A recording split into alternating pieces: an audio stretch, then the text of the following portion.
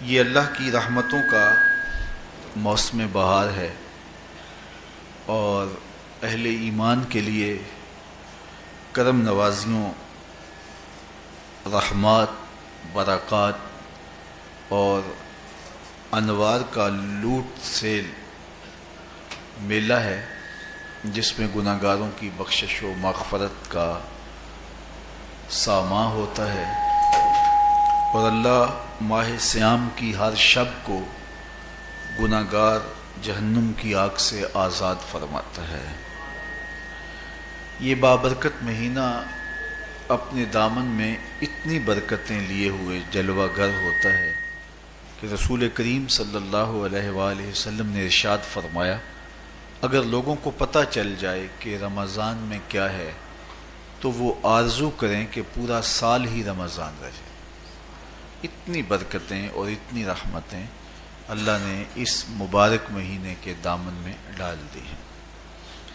میں نے جو آپ کے سامنے آیت کریمہ تلاوت کی ہے، اس میں بھی اس مفہوم کو بیان فرمایا گیا کہ اے ایمان والو، تمہارے اوپر روزے فرض کیے گئے ہیں جس طرح تم سے پہلوں پہ فرض کیے گئے تھے۔ یا ایھا الذین آمنوا کتب علیکم الصیام کما کتب علی الذین من قبلکم۔ کیوں فرض کیے گئے؟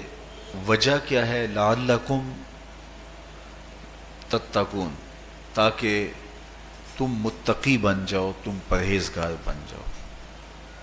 تو روزے کی فرضیت کا نتیجہ تقوی کا حاصل ہونا ہے، اتقاء کی دولت کا نصیب ہونا ہے۔ تو اس آیت کریمہ میں تین چیزیں بیان کی گئی۔ سب سے پہلی، اے ایمان والو، تمہارے اوپر روزے فرض کیے گئے۔ پھر دوسری بات، جس طرح تمہارے سے پہلوں پہ فرض کیے گئے۔ اور تیسری بات، تاکہ تمہیں تقوی کا نور نصیب ہو، تمہیں اتقاء کی دولت نصیب ہو۔ تو ایک تو روزے کی فرضیت کا حکم دیا گیا، اور دوسرا یہ تسلی دی گئی کہ یہ بھوک اور پیاس کی شدت تمہیں ہی نہیں کاٹنا پڑے گی، تم سے قبل بھی لوگ یہ عبادت کرتے رہے ہیں اور وہ اس مشکل عبادت سے تقوی کو حاصل کرتے رہے ہیں، اور تمہیں بھی ہم اس راستے سے تقوی نصیب کرنا چاہتے ہیں۔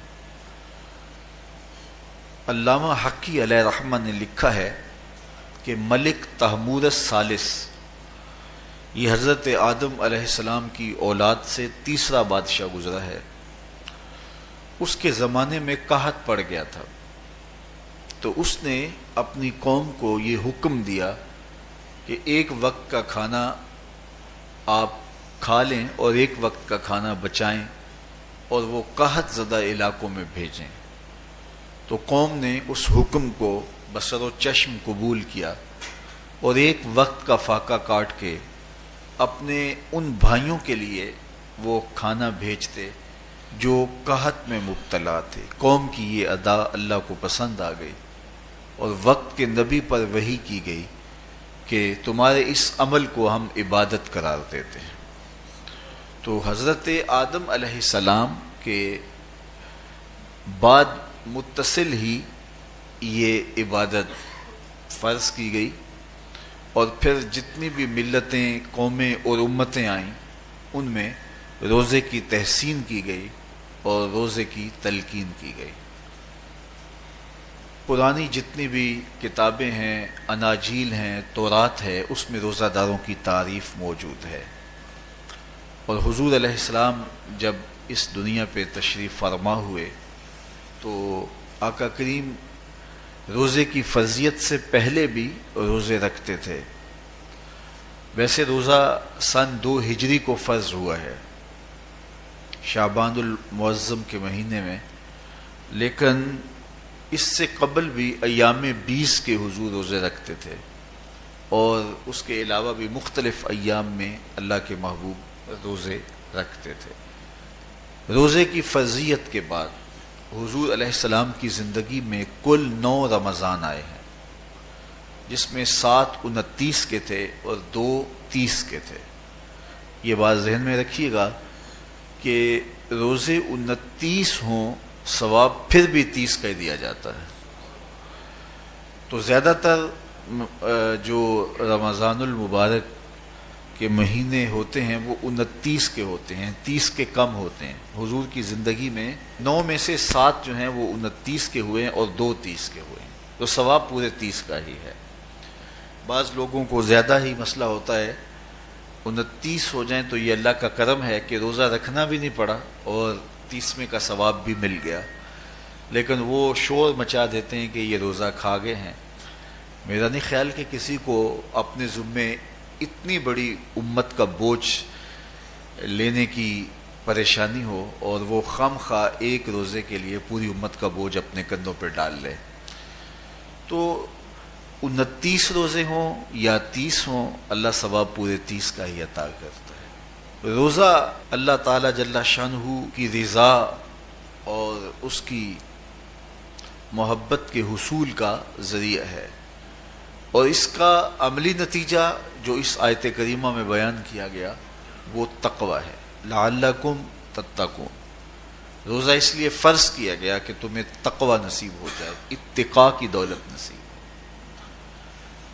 اب سوال یہ ہے، کیا تقوی بھوک اور پیاس سے حاصل ہوتا ہے؟ پیاس کاٹنے سے، بھوک کاٹنے سے کیا تقوی نصیب ہو جاتا ہے؟ صبح سے لے کر شام تک روزہ رکھنے کی تلقین کی گئی. یہاں ناروے میں اور مختلف ممالک کے اندر 20-20 گھنٹے کا روزہ ہے، اور ہمارے بھی یہاں 16-17 گھنٹے مسلسل شدت کی گرمی میں بھوک اور پیاس کاٹنا ہوتی ہے. اتنا طویل دورانیہ جو بھوک اور پیاس کاٹی ہے، اس کا مقصد رزق بچانا نہیں ہے، بلکہ وَيُزَادُ فِيهِ رِزْقُ الْمُؤْمِنِ. ماہ سیام میں مومن کا رزق بڑھ جاتا ہے. آپ اپنا بجٹ دیکھ لیجئے، باقی مہینوں کی نسبت ماہ سیام میں آپ کے اخراجات زیادہ ہوتے ہیں اور کشادگی ہوتی ہے. تو یہ کوئی خوراک بچاؤ مہم نہیں ہے، بلکہ رزق تو بڑھ جاتا ہے، لیکن اس کے باوجود 20-20 گھنٹے، 17-17، 18-18 گھنٹے پیاس اور بھوک کاٹنا، اس کا کوئی مقصد ہے تو وہ مقصد قرآن نے بیان کیا کہ اس کے نتیجے میں تمہیں اتقاء کی دولت ملے گی، تمہیں تقوی کا نور نصیب ہوگا. سوال یہ کھڑا ہوا، کیا بھوک اور پیاس کاٹنے سے تقوی مل جاتا ہے؟ تو اس کو سمجھنے کے لیے ایک مختصر تمہید سمجھنا ہوگی، اور وہ یہ کہ ہمارے 2 دشمن ہیں جو ہمیں جادہ مستقیم سے ہٹانے کے لیے دن رات کوشاں ہیں. ایک شیطان اور دوسرا نفس. یہ 2 دشمن ہیں جو ہماری متاع عمل، ہمارا خلوص، ہماری للہیت، ہمارا باطن لوٹنے کے لیے ہر وقت مستعد اور فعال رہتے ہیں. اب ان 2 دشمنوں سے ہمارے تنہا ناتواں وجود کا مقابلہ ہے، اور ان میں سے جو بڑا دشمن ہے وہ نفس ہے، کیونکہ شیطان نے جب انکار سجدہ کیا تو ہم تو یہ کہتے ہیں کہ ہمیں شیطان نے بہکا دیا، لیکن شیطان نے جب انکار سجدہ کیا اور خود بہک گیا تو اس وقت کوئی دوسرا شیطان تو نہیں تھا جس نے شیطان کو بہکایا، وہ نفس تھا جس نے شیطان کو شیطان بنایا.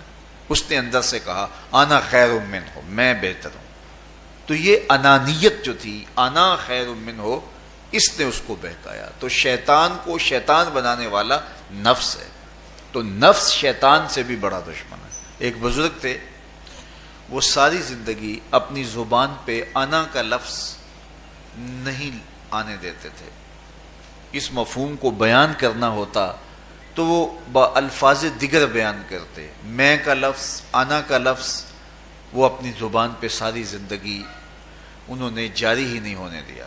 کہتے تھے اس لفظ نے شیطان کا بیڑا غرق کر دیا، تو میں یہ لفظ زبان پہ آنے نہیں دوں گا. اچھا، بندے بھی بڑے عجیب ہوتے ہیں. کسی نے کہا لو لو، ان کی زبان پہ یہ لفظ آتا کیوں نہیں، میں جاتا ہوں اور ان کی زبان پہ یہ لفظ آئے ہی آئے. چلے گئے. بزرگ تشریف فرما تھے، نماز کا وقت قریب ہو رہا تھا. حضرت ایک مسئلہ پوچھنے آیا ہوں. کہا پوچھئے. شیطان کو کس چیز نے برباد کیا؟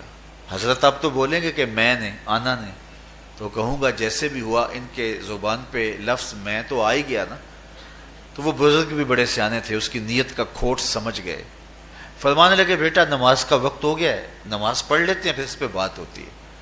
نماز ہوئی، سلام پھرا تو خود ہی فرمانے لگے کسی نے کہا تھا کہ شیطان کو کس چیز نے برباد کیا، جواب دینا چاہ رہا ہوں کس نے پوچھا تھا، جھٹ کھڑا ہو گیا میں نے. کہا اسی چیز نے اس کا بیڑا غرق کر دیا.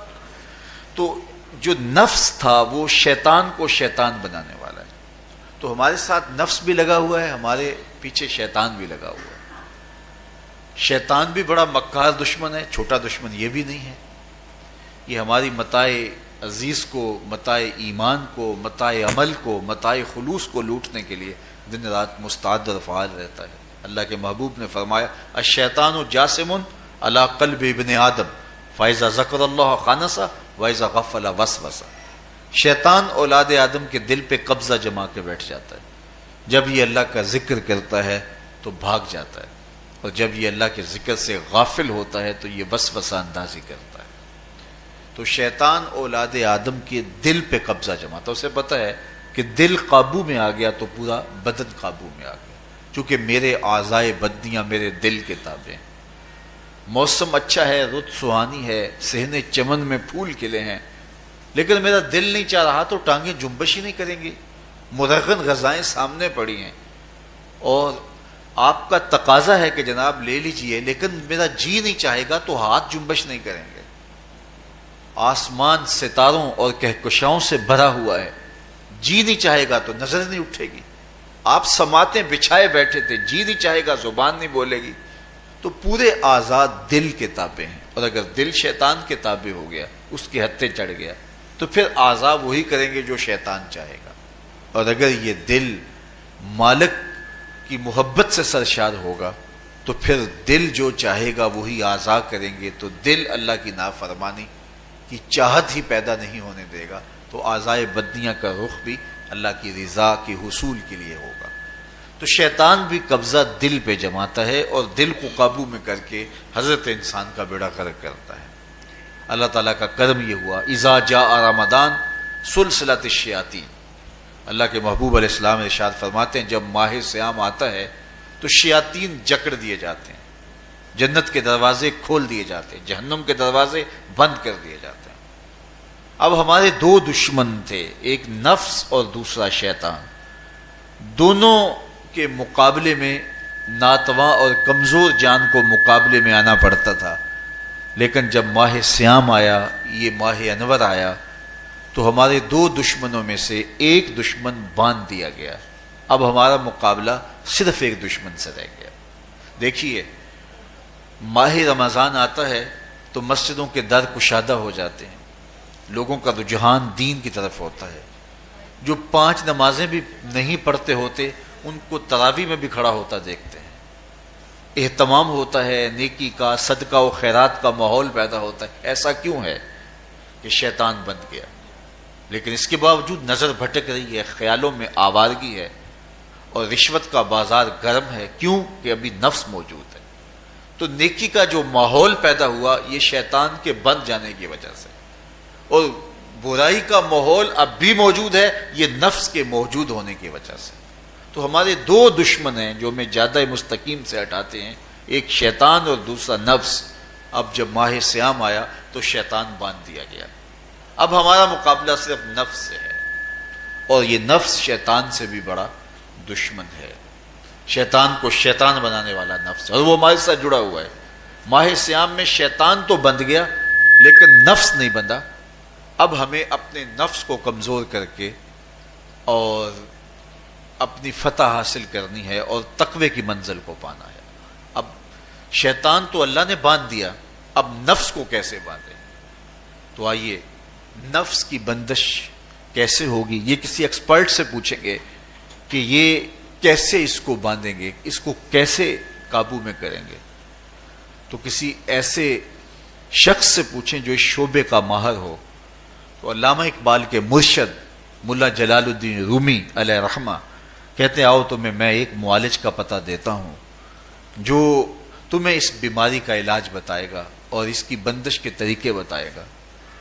شیخ رومی علیہ رحمہ فرماتے ہیں ہفت شہر عشق را اتار گشت ما ہنوز اندر خم یک کوچام۔ عشق کے 7 شہر شیخ فرید الدین اتار گھوم چکے ہیں، اور میرے جیسا شخص عشق کے پہلے شہر کی پہلی گلی کے کونے پہ کھڑا ہے۔ اب اندازہ کیے کہ جن کا پتہ حضرت ملا جلال الدین رومی دے رہے ہیں وہ کس بلند مرتبے پہ فائز المرام ہے۔ فرمایا کہ وہ عشق کے 7 شہر گھوم چکے ہیں اور میں پہلے شہر کی پہلی گلی کی نکر پہ کھڑا ہوں۔ اب شیخ فرید الدین علیہ رحمہ سے پوچھئے کہ شیطان تو بند گیا، اب نفس کا وبال ہمارے اوپر پڑ رہا ہے اور ہم اس کے باوجود ماہ صیام کے اندر گناہوں میں منہمک ہیں، تو ہمیں بتایا جائے کہ اس نفس کا علاج کیسے کیا جائے، ہمیں آپ کا پتہ بتایا گیا ہے۔ تو شیخ فرید الدین اتار بولے نفس نتواں کشت الا باسے چیز بات گوئم یاد گیرش اے عزیز۔ نفس نہیں مرتا، لیکن اگر 3 اسلحے تیرے پاس ہوں تو یہ ٹھہر بھی نہیں سکتا۔ وہ 3 اسلحے کون سے ہیں؟ خنجر خاموشی و شمشیر جو، نیزائے تنہائی و ترک ہجو۔ خاموشی کا خنجر، بھوک کی تلوار اور تنہائی کا نیزہ، یہ 3 اسلحے ایسے ہیں اگر تو یہ لے کر کے نفس پہ ٹوٹ پڑے تو پھر نفس کا مقابلہ تیرے لیے آسان ہوگا۔ خنجر خاموشی، خاموشی کا خنجر، اللہ کے محبوب علیہ السلام نے فرمایا من صامت نجا، جو خاموش ہو گیا وہ نجات پا گیا، کیونکہ انسان کی زندگی کی زیادہ آفتیں اس کی زبان کی وجہ سے ہیں۔ آپ اپنے گناہوں کا اور میں اپنے گناہوں کا اگر احتساب کروں تو ہمیں سب سے زیادہ گناہ زبان کے ملیں گے۔ آنکھیں بھی گناہ کرتی ہیں، ہاتھ بھی گناہ کرتے ہیں، پاؤں بھی گناہ کرتے ہیں، لیکن سب سے زیادہ گناہ زبان کرتی ہے۔ جھوٹ بھی بولتی ہے، غیبت بھی کرتی ہے، شکوہ بھی کرتی ہے، گالی سب و شتم اور کیا کچھ زبان کے گناہ ہیں۔ اسی لیے اللہ کے محبوب نے فرمایا جو تمہارے 2 جبڑوں کے درمیان ہے یعنی زبان اور 2 ٹانگوں کے درمیان ہے تمہاری پارسائی کی جگہ، تم ان 2 چیزوں کی مجھے ضمانت دے دو، میں محمد تمہیں جنت کی ضمانت دے دیتا ہوں۔ تو انسان کے سب سے زیادہ گناہ زبان کے ہیں اور اس کی پارسائی کی جگہ کے۔ تو اس لیے میرے حضور نے فرمایا من صمت نجا، جو خاموش ہو گیا وہ نجات پا گیا۔ خنجر خاموشی، خاموشی کا خنجر نفس کشی کا ایک مؤثر ذریعہ ہے۔ اور دوسری بات بشمشیر جو، اور بھوک کی تلوار، تو بھوک سے نفس کا مقابلہ کیا جا سکتا ہے، بھوک کی تلوار سے نفس کا سر کاٹا جا سکتا ہے۔ اللہ کے محبوب کا فرمان سنیے یا معاشر الشباب من استطاع منکم الباء فلیتزوج فإنہ اغض للبصر واحسن للفرج فمن لم یستطع فعلیہ بالصوم فإنہ لہ وجاء۔ اے جوانوں کے گروہ، تم میں سے اگر کوئی نکاح کرنے کی طاقت رکھتا ہے تو وہ دیر نہ کرے، فی الفور نکاح کر لے، یہ نظر کا اور پارسائی کا محافظ ہے۔ لیکن اگر تم میں سے کوئی نکاح کرنے کی فی الحال پوزیشن میں نہیں ہے تو وہ کثرت کے ساتھ روزے رکھے۔ روزے قاطع شہوات ہیں، تو بھوک سے نفس کو جو ہے وہ روکا جا سکتا ہے، اس کو لگام ڈالی جا سکتی ہے۔ تیسری بات نیزہ تنہائی، تنہائی کا نیزہ، تو فرمایا گیا کہ العافیت فی العزلہ، کہ تنہائی کے اندر ہی عافیت ہے۔ جب مجلسوں میں غیبت کی بدبو پھیلتی ہو اور چغلی کا ماحول معاشرے کا جزو لا ینفک بن جائے اور مجالس کے اندر نظروں کی پاکیزگی کا قائم رہنا مشکل ہو جائے اور انسان کی زندگی کے اندر گناہوں کا بہت بڑا سبب مجلسی زندگی ہو تو پھر اس سے تنہائی بہتر ہے۔ حضرت شاہ نقشبند بخاری فرماتے ہیں کہ فقیر کے لیے سب سے اچھی جگہ اللہ کا گھر مسجد ہے، یا کسی کامل صالح شخص کی صحبت ہے، اور یا پھر تنہائی ہے۔ چوتھی جگہ ہلاکت کے علاوہ اور کچھ نہیں ہے۔ ہمیں اپنے کاروبار میں، اپنے معاملات میں، اپنی ملازمتوں میں جانے کی تلقین کی گئی تو وہاں یہ تلقین کی گئی کہ دیر سے جاؤ جلدی واپس آ جاؤ، اور مسجد میں جاتے ہوئے تلقین کی گئی کہ جلدی جاؤ اور دیر سے واپس آؤ۔ لیکن ہم مسجد کے دروازوں پہ جب دور موجود میں رش دیکھتے ہیں کہ لوگ بہت جلدی نکلنا چاہتے ہیں، حتیٰ کہ کندھوں سے کندھے ٹکرا رہے ہوتے ہیں کہ جلدی سے باہر نکل جائیں، حالانکہ وہ عافیت کی جگہ ہے، 2 منٹ زیادہ بھی ہو جائیں تو کوئی حرج نہیں ہے۔ اور ایسے لوگوں کو بھی نکلنے میں جلدی کرتے ہوئے دیکھا ہے کہ لگتا تو یہ تھا کہ شاید انہوں نے کسی ضروری کام پہ جانا ہے، لیکن باہر نکل کے بازار میں پھٹے پہ بیٹھے تھے اور مسجد سے نکلنے کی جلدی بہت تھی۔ تو مسجد میں جلدی جاؤ اور دیر سے واپس آؤ، اور بازار میں دیر سے جاؤ اور جلدی واپس آؤ، لیکن ہمارے رویے اس کے برعکس ہو گئے۔ تو تنہائی میں عافیت ہے، خاموشی میں عافیت ہے، اور بھوک میں عافیت ہے، اور یہ ساری چیزیں روزے میں میسر ہیں۔ فرمایا تم سے اگر کوئی شخص الجھے، بحث کرے، لڑائی کرنا چاہے تو تم اسے کہو انی صائم، میں نے روزہ رکھا ہوا ہے۔ اسی طرح جو ہے وہ روزے سے آپ کو یکسوئی ملے گی، قرآن مجید کی تلاوت کا ماحول ہوگا اور تم بھوک کاٹو گے، اور یہ تینوں چیزیں تمہارے نفس کو کمزور کرنے والی ہیں۔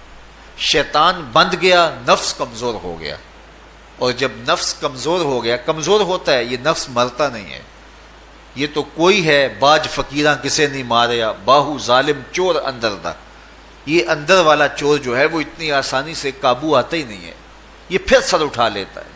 اس کو جتنا کچلو، یہ کچھ عرصے کے بعد تھوڑی سی خوراک ملتی ہے تو پھر سر اٹھا لیتا ہے۔ حضرت بایزید بستامی کہتے ہیں میں نے اپنے نفس کو ایک دن کہا کہ میں تجھے خوراک بھی نہیں دیتا اور تو پھر بھی موٹا تازہ ہے، تو میرے نفس نے مجھے کہا کہ اے بایزید جب تم بازار سے گزرتے ہو تو لوگ انگلیاں اٹھا اٹھا کہتے ہیں یہ بایزید جا رہا ہے، یہ بایزید جا رہا ہے، تو مجھے میری غذا اور خوراک اس سے مل جاتی ہے۔ تو یہ خوراک ہوتی ہے نفس کی۔ تو نفس بہت ظالم ہے اور ساری زندگی اس سے لڑتے ہوئے گزرتی ہے۔ وہ کسی نے کہا تھا نا تمام عمر طوفان سے کھیلتے گزری، نیا کے ڈوبنے کا ڈر بھی رہا۔ تو یہ ساری زندگی اس طرح ٹکراتے ہوئے سے گزرتی ہے، لیکن جب کمزور ہو جائے تو پھر یہ شیطان کو جو ہے وہ موقع نہیں دیتا ہے۔ لیکن اگر نفس اگر ماہ صیام میں ہمارا کمزور نہ ہوا، صرف ہم نے بھوک ہی کاٹی اور باقی اپنے معمولات وہی رکھے، تو میرے حضور نے فرمایا جس نے جھوٹ اور برے کام نہیں چھوڑے اور جھوٹے کام ترک نہیں کیے، اس کے بھوکا اور پیاسا رہنے کی اللہ کو کوئی ضرورت نہیں ہے۔ روزہ تو ایک مشق تھی، یہ تو باطن کی تطہیر کا ایک ذریعہ تھا، یہ تو من کی تہذیب کا ایک ذریعہ تھا، یہ تو نفس کی شر سے اپنے آپ کو بچانے اور شیطان کے مکر و فریب سے بچانے کا ایک ذریعہ تھا۔ دیکھیے شیطان بند جاتا ہے ماہ صیام میں، حدیث واضح ہے، لیکن نفس موجود رہتا ہے۔ اگر نفس کمزور ہو گیا تو شیطان چھٹ کے بھی کچھ نہیں کرے گا، کیونکہ شیطان باہر کا دشمن ہے، نفس اندر کا دشمن ہے۔ جب تک اندر والا دشمن ساتھ نہیں دیتا، باہر والا دشمن کچھ نہیں کر سکتا۔ ہمارے دیہاتوں میں چوری ہو جائے تو بوڑھے بزرگ سر جوڑ کے بیٹھ جاتے ہیں کہ چور کہاں سے آیا، کیسے آیا، تو ایک نقطے پہ سارے متفق ہوتے ہیں کہ اندر کا کوئی بھیتی ضرور موجود ہے۔ اگر اندر کا کوئی بھیتی موجود نہیں ہے تو چور باہر سے آ کے حملہ آور ہو ہی نہیں سکتا ہے۔ تو شیطان باہر کا چور ہے، نفس اندر کا بھیتی ہے، اور اگر یہ اندر والا باہر والے کا ساتھ نہ دے تو شیطان انسان پر حملہ آور ہو ہی نہیں سکتا۔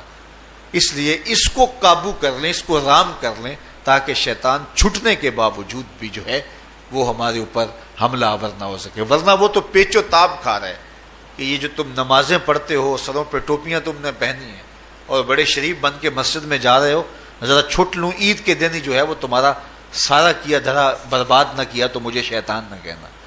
تو وہ سب کچھ برباد کر دیتا ہے اگر ہمارے نفس کی تہذیب نہیں ہوتی۔ تو یہ اللہ نے ایک ہمیں موقع دیا ہے، پورا 1 مہینہ ہے، ایک ورکشاپ ہے باطن کی تطہیر کے لیے اور ایک اندر کی پاکیزگی کے لیے ہمیں ایک موقع فراہم کیا گیا ہے، اور اس سے ہم بھرپور فائدہ حاصل کریں۔ قرآن مجید کی کثرت کے ساتھ تلاوت، صلاۃ التراویح میں شمولیت اور خاموشی کا اختیار کرنا، اور جو ہے وہ اللہ کے ذکر فکر کی طرف متوجہ رہنا اور بھوک کاٹنا، اس کا عملی نتیجہ یہ ہوگا کہ اتقاء کی دولت نصیب ہوگی۔ دیکھیے ماہ صیام میں ہمیں ان کاموں سے بھی روک دیا گیا جو کہ کام جائز تھے، کھانا پینا اور جو ہے وہ اپنی منکوحہ سے جنسی تعلق، یہ تو وہ امور تھے کہ جو جائز تھے، مشروع تھے، لیکن اوقات روزہ میں ان جائز کاموں سے بھی ہمیں روک دیا گیا. اس فلسفے کو ہمیں سمجھنا ہوگا کہ جو کام شریعت میں جائز تھے، مشروع تھے، روزہ ان سے بھی رک جانے کا نام ہے. اور جو چیزیں شریعت میں جائز ہی نہیں ہیں، جھوٹ بولنا ہے، غیبت کرنا ہے، بد نگاہی ہے اور دیگر برے اعمال ہیں، تو یہ چیزیں تو روزہ نہ بھی ہو پھر بھی ناجائز ہیں. تو جو چیزیں جائز تھی روزے میں ان سے بھی منع کر دیا گیا، اور جو چیزیں ناجائز ہیں تو اگر کوئی شخص ان چیزوں سے نہیں رکتا تو پھر اس نے روزہ کیا رکھا. ایک بندہ بھوک کاٹتا ہے لیکن جھوٹ بولتا ہے، ایک بندہ پیاس کاٹتا ہے لیکن غیبت کرتا ہے، ایک بندہ صبح سے شام تک نہ کچھ کھاتا ہے نہ کچھ پیتا ہے لیکن رشوت لیتا ہے. پھر مجھے بتائیے اس نے روزہ کیا رکھا؟ روزہ تو ایک مشق تھی کہ جو چیزیں جائز تھی ان سے بھی منع کر دیا گیا، ان سے بھی روک دیا گیا، اور جو ناجائز تھی وہ تو پہلے ہی ناجائز تھی، روزے کے بغیر بھی ناجائز تھی. تو اس لیے روزہ ایک مشق ہے. ہمارے سامنے مرغن غذا موجود ہے، ہمارے پاس سامنے ٹھنڈا مشروب موجود ہے، اور ہمیں مشق کرنے کی تلقین کی گئی کہ تمہیں بھوک ہے، شدت کی پیاس ہے، لیکن صبر کر کے دکھاؤ تم نہیں لوگے، یہ تمہاری مشق ہے. تو پھر جو حرام ہوگا، اللہ کی طرف سے ممنوع ہوگا، تو اس کو تم کس طرح لوگے جب تمہاری یہ مشق ہو چکی. لیکن ہم اس مشق کے اندر ہی جب ان سے نہیں رکیں گے تو پھر ہمارا روزہ ہی نہیں ہوگا. پھر بھوک اور پیاس کاٹنے کے علاوہ کچھ نہیں ہوگا. بہت سارے روزہ دار ایسے ہیں جن کا روزہ سوائے بھوک اور پیاس کاٹنے کے کچھ نہیں ہے. اس لیے جن چیزوں سے اللہ نے منع کیا ہے ان سے تو رکنا ہی رکنا ہے. جو چیزیں مشروع ہیں ان سے وقتی طور پہ روکا گیا تو ان سے بھی روک کر کے روزے کی تکمیل کی جائے.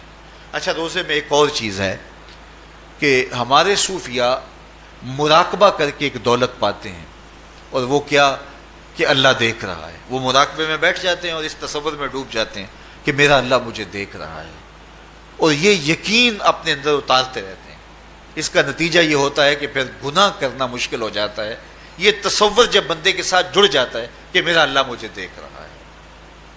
ماہ سیام میں یہ دولت اللہ بانٹ دیتا ہے. جو مراقبے سے صوفیاء حاصل کرتے ہیں، اللہ تعالیٰ اس دولت کو اہل ایمان پہ چھڑک دیتا ہے.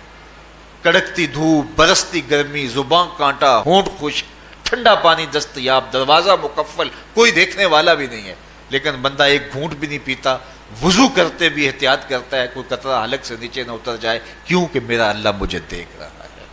جو چیزیں صوفیاء کو مراقبے سے نصیب ہوتی ہیں، ماہ سیام میں اللہ اس دولت کو بانٹ دیتا ہے، چھڑک دیتا ہے، بارش کی طرح وہ دولت برستی ہے، اور یہ تصور ہمارے ساتھ جڑ جاتا ہے کہ میرا اللہ مجھے دیکھ رہا ہے. ہم پانی نہیں پیتے، اللہ دیکھ رہا ہے. مرغن غذائیں موجود ہیں کہ اللہ دیکھ رہا ہے.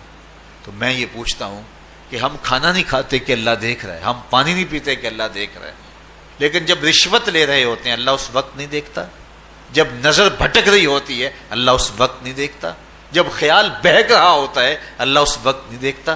جب سوچوں میں آوارگی آتی ہے اللہ اس وقت نہیں دیکھتا؟ تو یہ صرف وہ کھانے اور پینے کو ہی دیکھ رہا ہے، باقی امور زندگی کو نہیں دیکھ رہا.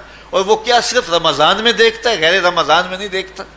تو یہ جو نور اترا تھا ماہ سیام میں، اس کو اپنے اندر اگر جذب کر لیا جائے تو زندگی سنور جاتی ہے.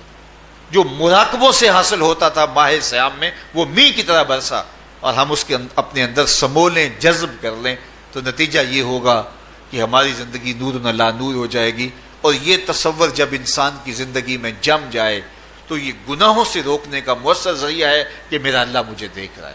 مجھے بتائیے اس سے بڑا ہیجان انگیز بھی کوئی منظر ہو سکتا ہے کہ حسن کی پتلی ہے، اور جو ہے وہ اس کی ایک ایک ادا اور اشوے سے قیامتیں پھوٹتی ہیں، اور وہ خود جناب یوسف کے سامنے اپنے حسن کو پیش کر رہی ہے. 7 دروازے بھی مکفل ہیں، بت کے اوپر بھی کپڑا ڈال لیا، اور زلیخا حضرت یوسف کو خود کہہ رہی ہے تالک یوسف اب تو آ جاؤ نا، ذرا آنکھ اٹھا کے میرے جلوے دیکھو. لیکن جناب یوسف کیا بولتے ہیں؟ قال معاذ اللہ، میں اللہ کی پناہ میں آتا ہوں. کہا تو 7 دروازے بند کر کے لوگوں کی نظروں سے چھپ گئی، اور موٹا کھیس ڈال کے اپنے زوم میں اپنے جھوٹے خدا سے بھی شرم کرتی ہے اور اس سے چھپ گئی. میں اس خدا سے حیا کیوں نہ کروں جو 7ویں کوٹڑی میں بھی دیکھ رہا ہے. پھر اتنی روشنیاں برسی، اتنا یقین برسا کہ گناہ کیا، گناہ کا تصور بھی محال ہو گیا. تو مجھے بتائیے کتنا ہیجان انگیز منظر تھا جب حسن قدموں میں بچھنے کے لیے خود بےتاب تھا، اور حضرت یوسف جوان رانا ہیں، جوانی اور شباب پورے بانکپن پہ ہے، اور ادھر حسن مچل مچل کے قدموں میں بچھ رہا ہے، لیکن یہ جذبہ کہ میرا اللہ مجھے دیکھ رہا ہے ایسی رکاوٹ بنتا ہے، کالا معاذ اللہ، کہا میں اللہ کی پناہ میں آتا ہوں۔ تو یہ یقین جب بندے کے ساتھ جڑ جاتا ہے کہ میرا اللہ مجھے دیکھ رہا ہے، تو پھر انسان کے لیے گناہ سے بچنا کوئی مشکل نہیں ہوتا۔